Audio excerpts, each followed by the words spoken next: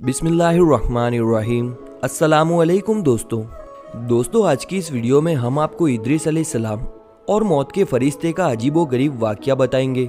सैयदना इद्रिस अलैहिस्सलाम एक दिन अपने काम से फारिग होकर बैठे थे कि मलेकुल मौत आदमी की सूरत में मेहमान के तौर पर रात को इद्रिस अलैहिस्सलाम के दरवाजे पर आ पहुंचे। हज़रत इद्रिस अलैहिस्सलाम हमेशा रोज़ा रखने वाले इंसान थे। जब शाम होती इफ्तारी का खाना आपके लिए जन्नत से आता, जिस कदर चाहते खा लेते, बाकी खाना फिर जन्नत में चला जाता।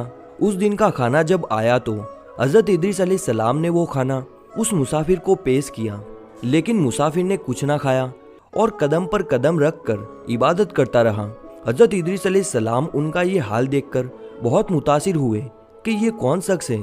अगले दिन इद्रिस अलैहिस्सलाम ने उनसे कहा, ए मुसाफिर, तू मेरे साथ चल, खुदा की कुदरत जंगल में जाकर देखे। तब दोनों बुजुर्ग घर से मैदान की तरफ निकल पड़े। चलते चलते गेहूं के खेत में जा पहुंचे।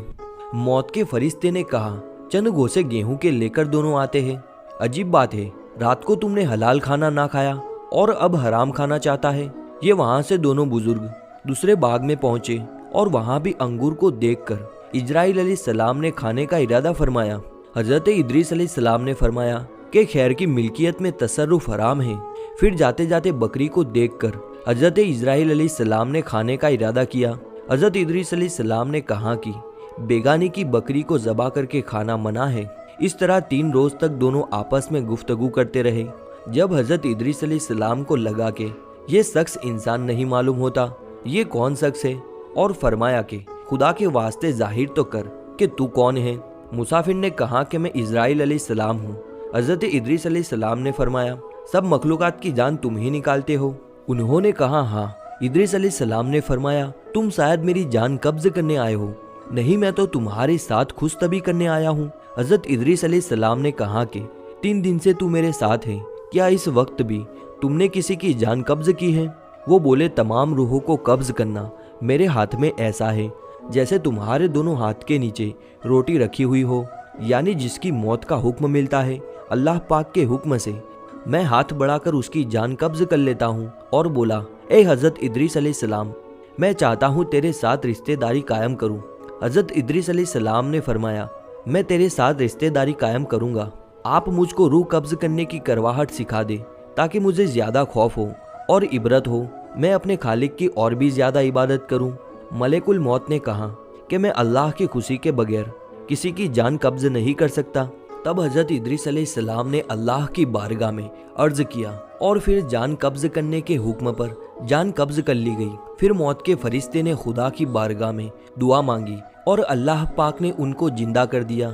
हजरत इद्रिस अलैहिस्सलाम ने मलेकुल मौत को अपने गोद में ले लिया और दोनों ने आपस में रिश्तेदारी कायम कर ली। फिर मौत के फरिश्ते ने उनको पूछा, ए इद्रिस अलैहिस्सलाम, जान निकलने की तलखी कैसी थी? वो बोले, जैसे किसी जिंदा जानवर की खाल सर से पांव तक उधेड़ी जाती है। मौत के फरिश्ते ने कहा कि ए भाई, कसम है रब्बुल आलमीन की, जैसे मैंने तेरे साथ एहसान किया और जितनी आसानी मैंने आपके साथ की, ऐसा मैंने किसी के साथ भी नहीं किया। हजरत इद्रिस अलैहिस्सलाम ने फरमाया, ए भाई, मुझे दोजक के दरवाजे तक ले चल ताकि उसको देखकर मुझे खौफे इलाही ज्यादा हो और मैं ज्यादा इबादत और बंदगी करूं। तब मौत के फरिश्ते ने अल्लाह के हुक्म से उनको दोजक के 7 तबक दिखाए। फिर हजरत इद्रिस अलैहिस्सलाम बोले, ए भाई, मुझे जन्नत देखने की आरजू है, देखकर खुशी हासिल करूं और इबादत ज्यादा से ज्यादा करूं। मौत के फरिश्ते हजरत इजराइल अलैहिस्सलाम उनको जन्नत के दरवाजे पर ले गए। फिर उन्होंने जन्नत के मनाजिर अपनी आंखों से देखे। फिर कहने लगे, ए भाई, मैं जान की तलखी सह चुका हूँ। फिर दोजक भी देखी और मेरा जिगर प्यास के मारे जल रहा है। इजाजत हो तो बहिश्त में जाकर एक प्याला जाम पी लूं। तब उन्होंने कहा, हाँ, अगर तुम वापिस आने का वादा करो। शायद प्यास की वजह से हजरत इद्रिस अलैहिस्सलाम ने वापिस आने का वादा कर लिया और अल्लाह ताला के हुक्म से अपनी जूतियां दरख्त तोबा के नीचे छोड़कर बहिश्त में दाखिल हो गए, क्योंकि बाहर आने का वादा किया था और नालेयन को भी दरख्त के नीचे छोड़ आए थे। कुछ देर बाद मौत के फरिश्ते ने उनको आवाज दी, ए भाई, देरी मत करो। तो जवाब में हजरत इद्रिस अलैहिस्सलाम ने फरमाया, ए मेहरबान, अल्लाह ताला फरमाता है, हर नफ्स को मौत का मजा चखना है। अब तो मैंने मौत का मजा चख लिया है और मैं दोजक में भी पहुंच चुका हूँ। और ये भी अल्लाह फरमाते हैं कि उनको कोई वहाँ तकलीफ ना पहुँचेगी और ना ही उनको वहाँ से निकाला जाएगा, यानी जो जन्नत में गया वापस ना निकाला जाएगा। ए भाई, अब मैं हरगिज नहीं आऊँगा। बारगाह इलाही से आवाज़ आई, ए इज़राइल अलैहिस्सलाम, तू हज़रत इदरीस अलैहिस्सलाम को छोड़कर चला जा। मैंने उनकी तकदीर में यही लिखा था। हज़रत इदरीस अलैहिस्सलाम मौत का मजा चखकर और दोज़ख को भी देखकर जन्नत में जा रहे थे।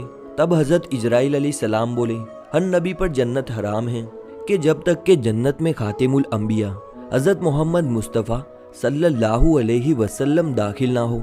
फिर आवाज़ आई, ए इज़राइल अलैहिस्सलाम, मैं बहिश्त को दरेग नहीं रखता, लेकिन पहले बहिश्त में मोहम्मद सल्लल्लाहु अलैहि वसल्लम दाखिल होंगे, उनके बाद उनकी उम्मत दाखिल होगी। हज़रत इदरीस अलैहिस्सलाम तो बहिश्त में चले गए और उनके सब फर्जंद उनकी जुदाई में गिरिया और जारी करने लगे, उनकी याद में आंसू बहाते और बहुत रोते। एक दिन इब्लीस उनके पास आया और कहा कि तुम रोया मत करो, मैं तुम्हारे बाप की सी एक सूरत बना देता हूँ, तुम उसको दिन रात देखना और पूजना, उससे तुम्हारा सब दर्द और दुख खत्म हो जाएगा और तुम सब खुश रहोगे। अब इब्लीस ने एक ऐसी सूरत बनाई कि हज़रत इदरीस अलैहिस्सलाम की शकल और उस मूर्ति में कोई फर्क न था और वो लोग उस सूरत को पूजा करते, यहाँ तक कि धीरे धीरे बुत परस्ती का रिवाज पूरी दुनिया में फैल गया। पूरब से लेकर पश्चिम तक ये रिवाज जारी हो गया। कोई आदमी अल्लाह ताला को जानता न था, ना किसी के पास इल्म था और ना ही अच्छा अमल। बाद में अल्लाह ताला ने उन पर नूह अलैहिस्सलाम को पैगंबर बनाकर भेजा ताकि उनको हिदायत की राह बताए। अल्लाह पाक हम सबको नेक अमाल करने की तौफीक अता फरमाए। आमीन।